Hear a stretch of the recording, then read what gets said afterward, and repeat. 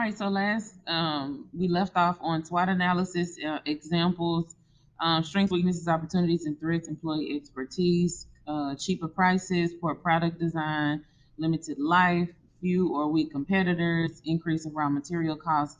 All of those are examples of things in the SWOT analysis. Okay, so a risk analysis helps companies evaluate risks and helps keep them from making harmful decisions. Okay, that will negatively impact their companies. Okay. So you have to identify risks and threats, you have to predict the impact, then you have to manage the risk, and then you have to review the risk analysis. Okay. So let's do this first. What types of risks could occur? There could be natural, human, operational, reputational, financial, technical, or political. Okay. So it could be something natural, weather, accidents, it could be something human, robbery, computer crimes, vandalism. It could be, oh, hello, human. That would be like COVID-19 right now as a risk, right?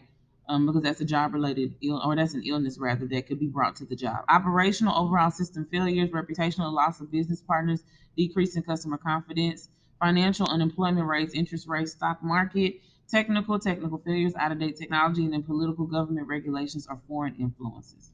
Step two, you have to predict the impact of those risks. So you have to look at whatever those items were previous and say, hey, how could this affect my business? How? How does COVID-19 affect businesses right now?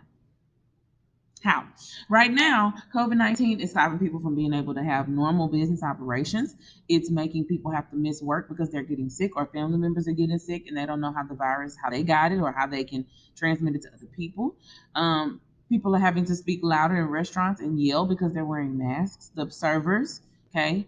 Um, so there are different impacts of those risks. How do you manage those risks? How are people managing COVID-19? Adapting, doing curbside. How else are they managing COVID-19? They're telling people they have to have masks on if they go to Dave and Buster's or someplace like that. How else are they managing the risks? If they were a club, they're getting the license to serve food so that they can still make money, even though clubs are not open right now. Bars and restaurants are open, right? So there are different ways that they're managing those things. Okay, and then the final step is to review. How have we handled COVID-19 well? Have we handled being a restaurant or a bar or a retail store? Have we handled it well? You analyze with the risk of getting COVID-19. Is it better? Well, right now it's not done. So we're still in the midst of managing the risk, right? We're still there because we haven't made it to the end result yet. Okay. Excuse me. We've gone through Porter's five forces, PEST, and USP. So I'm going to go over these real quick.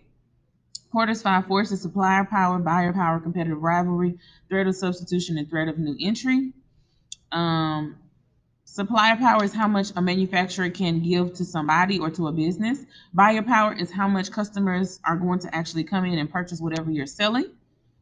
It will increase when there are fewer buyers in company, and then will decrease when there are more buyers in a company. Buyer power is big. If a whole bunch of people run out to go get little small electric cars because gas is high, then companies are going to switch how they make vehicles because they know that buyer power is high. People need cars that they can drive that aren't going to guzzle up a whole bunch of gas. So that's what buyer power is. Okay, you bring up you have a high demand, you create a high demand because you are the customer. Just like after the holidays when they decrease the cost of Valentine's stuff, but when it's Valentine's season or when it's Christmas season, stuff is high or it's normal cost. Okay. Competitive rivalry is how many people that there are to compete against that are selling or doing the same thing that you're selling or doing as a business. How many grocery stores are there? That's what competitive rivalry is. Okay. Threats of substitution are things that you can get better or that are not that specific item. For example, Great Value brand, Hill Country Fair, whatever, right? Whatever the Target's brand is, they have a store brand that will threaten name brands. Pretty much. I mean, that's really what it is. And then threats of new entry, that's new businesses coming in. How easy is it for them to come in and take your customer base? Okay, that's Porter's five forces. Pest is also on here, and so is USP. I'm not going to get into them, but the notes will be in here. Make sure you get the work done for today. Have a great day.